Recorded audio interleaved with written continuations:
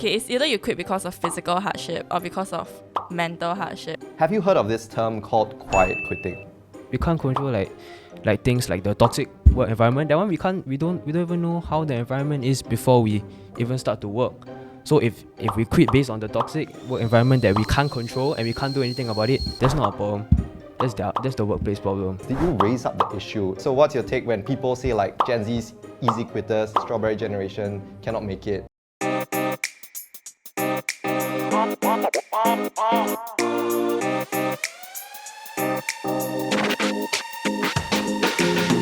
Okay, we're back for another episode where the youths share their opinions on different issues revolving around the Gen Zs. So why don't you guys introduce yourself first? Hello ladies, I'm Leonard. I'm a secondary Chu student. Hi guys, I'm Regina and I love TikTok. I'm Lukas again. You remember me? I'm the OnlyFans guy. I'm Auntie Shannon. Today I got my hair roller in my hair. Yeah, what's up with that, man? Make myself look pretty lah. And it's to make your hair boing boing. Cause my hair is like straight today and like I don't like it. Okay, let's not digress further with your hair. Let's get to the point of today, which actually a few of you already have experience in this. And one of the real issues, not just amongst the Gen Zs, but also what you guys would call boomers, is that Gen Zs are easy quitters. And employers are very worried about hiring Gen Zs today. You know, here's the thing that both generations are at conflict, right? Because for the older generation, sometimes they feel that, hey, this is your rite of passage. This is the kind of challenges you're supposed to go through, because they may say they've never had it easy. So you have to go through the challenges, you have to learn from the experience. But then your generation, the Gen Zs, are the more vocal one, where there's workplace discrimination, there is a toxic environment. You guys will dare to speak up, or you even dare to take the action of quitting if it doesn't suit your ideal. I feel got a line how to say, it's like between like whether quitting cause like it's too tough for you, or quitting cause like lazy. No, quitting cause too tough is lazy. No? Yeah, it is. No lah, it's Between resilience and like walao this girl give free food. I work so hard, I also give you food. Walao what's this? Jealous that you say. Sorry. What do you think of that though? Because like if majority falls, and I'll give an example, right? Because let's say you do a 4 days event, whether it's an IT show, whether it's a campaign or whatever you're employed for. And the first day you go, you work maybe 10 hours and you realize like, hey, this is tiring, I don't like it. And true story, for agencies who employ like part-timers or students to work on these kind of jobs, the next day, day 2, day 3, day 4, the students who committed to this job, they just don't turn up. And then there's the manpower issue, because it's like, hey, I hired 4 of you guys to work on this job, you don't turn up, so what's gonna happen? So Honestly, right, I think that's it's either you quit because of physical hardship or because of mental hardship. And then that's what like the older generation doesn't get, right? Which is the mental hardship, because it's all the last time I had to be on the road in the hot sun selling zui gui. But then like that translated to now, I guess in a way it's still physical, but then there's also the mental hardship of like work environment, which a lot of older generations doesn't get. Yeah, it's valid, but if you're just tired because it's a lot of work to do, and if you knew it was going to be hard and then you quit the next day, I think that's your fault though. Mental hardship, bad work culture, toxic environment. have you heard of this term called quiet quitting? No. Okay, so quiet quitting is something that actually happens within the workplace, where, Regina, what you said is sometimes you sign up for the job, you know exactly what your job scope is, right? But there's some people, when more is given to them, they just do the bare minimum. They won't want to do more. So they're there, they're employed, they just go through the motion, they do what they have to do. But if they're given more, they're just like, I didn't sign up for this. Yeah, so they don't actually quit, but quiet quitting is like through their actions. Just doing the bare minimum. Yeah, do the bare minimum, exactly. So like, where do you think this is a challenge that as you guys go into the workplace full time, you're going to experience as well? I do want to touch a bit about like the mental health thing though. Like, okay, I feel like someone's gonna like write me for this, but as much as mental health is becoming a prominent thing, prominent thing in society, like it's being used as an excuse too much. Like, I think employers are watching this, right? Probably going to like, yep, I'm gonna take this what she said.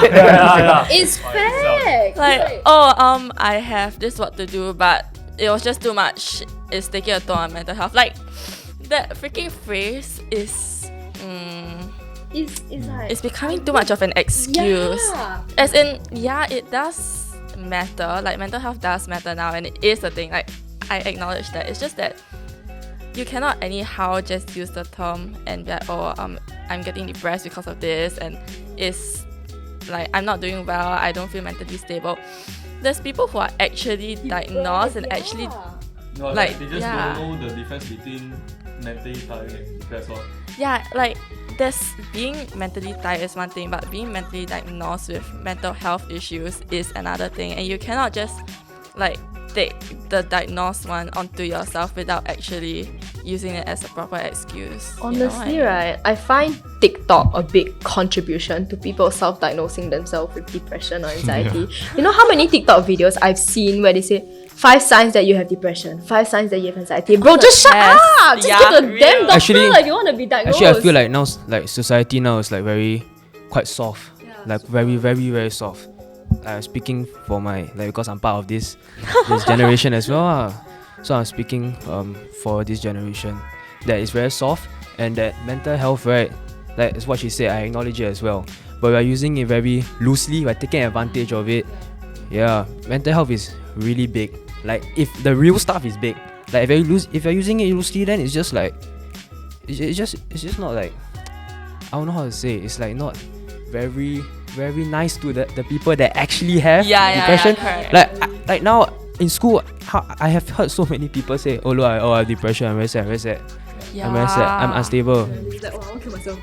Yeah, something like that. Yeah. Okay, but I just want to touch a bit on this matter that you guys have raised, because I think it's very mature that you acknowledge that, hey, sometimes we use these terms loosely, but based on reality, right, because the Gen Zs are a lot more exposed to social media, like you raised up, and some of the challenges that you face that the previous generations did not face is this exposure, or even this overwhelming access to information.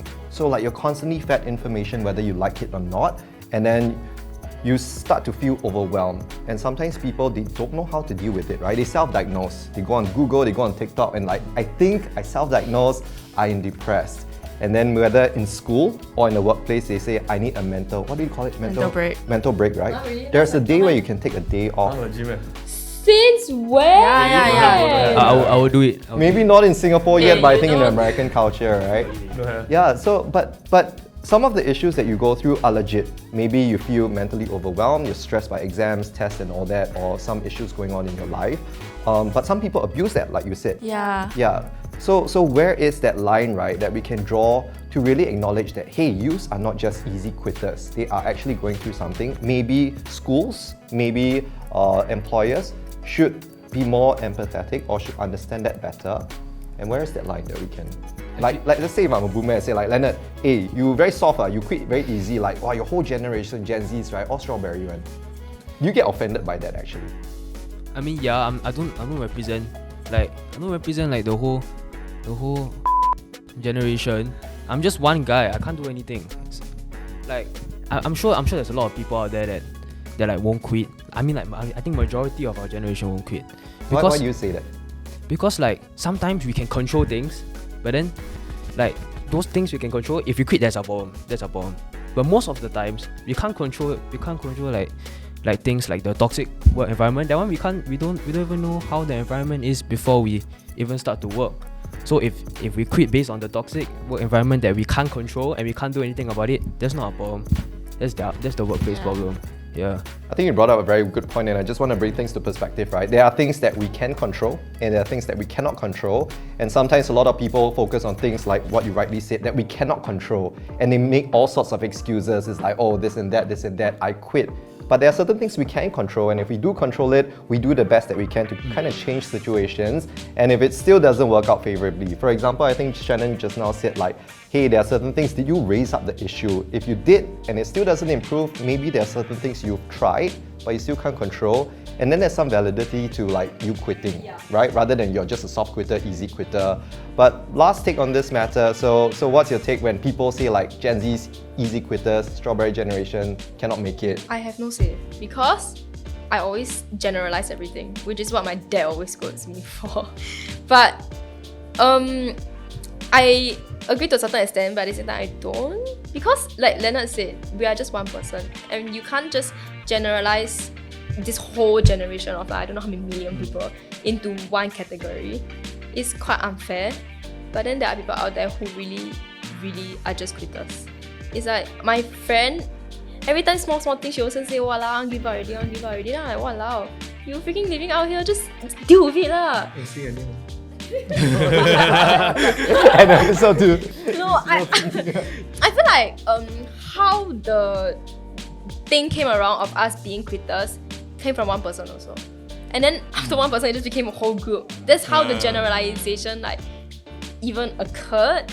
But if you want to, it's not easy to change it. It's not easy to say that not all Gen Zs are quitters. You know what I mean?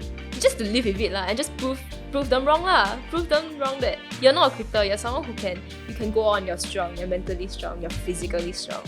It's all on you. Yeah, I agree with that. So like if I hear like let's say Matt telling that, wow, I'll take it as a challenge, I'll be like, wow, you say about me, and then like it's like, wow, you disrespect my whole generation, like how can I have that in my name?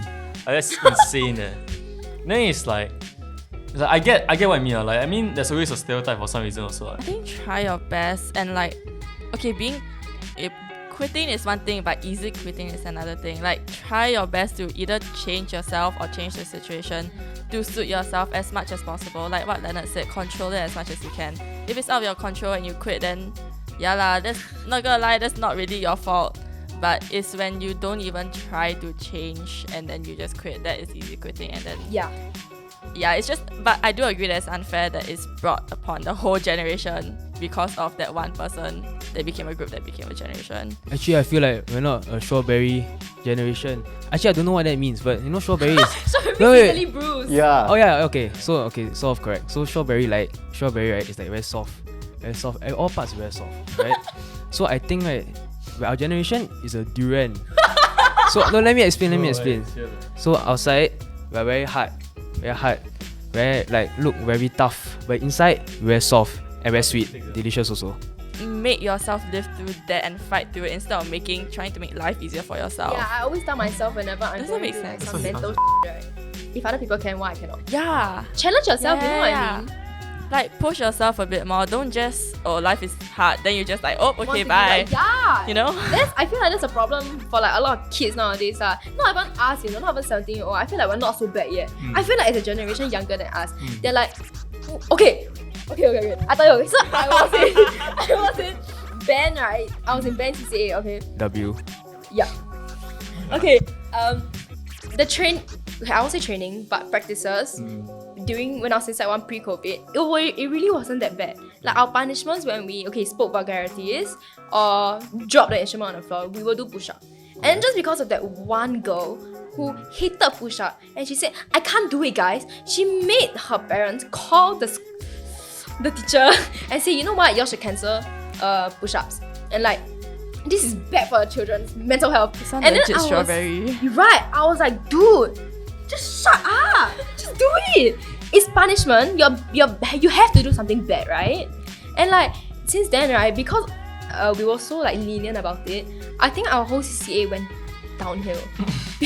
Because like it wasn't strict enough, and because my teachers were so afraid that if they said something wrong, the students would quit. That's why, gain. yeah, that's why I feel like the strawberry generation name came about, because of people like this. But then if you don't get strict punishment or if you don't get scolded, how are you going to level up? You know what I mean? Gen Zs being easy quitters. And I think you guys have raised issues in terms of like, hey, sometimes it's a personal problem.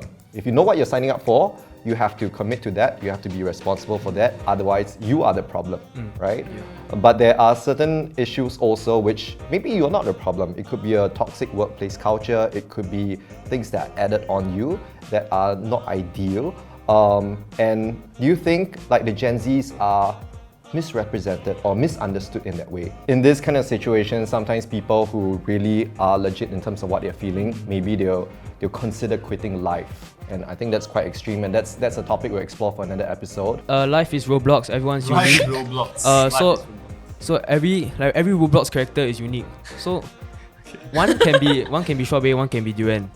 So majority is durian. I think majority is durian. I don't think so. Oh, really?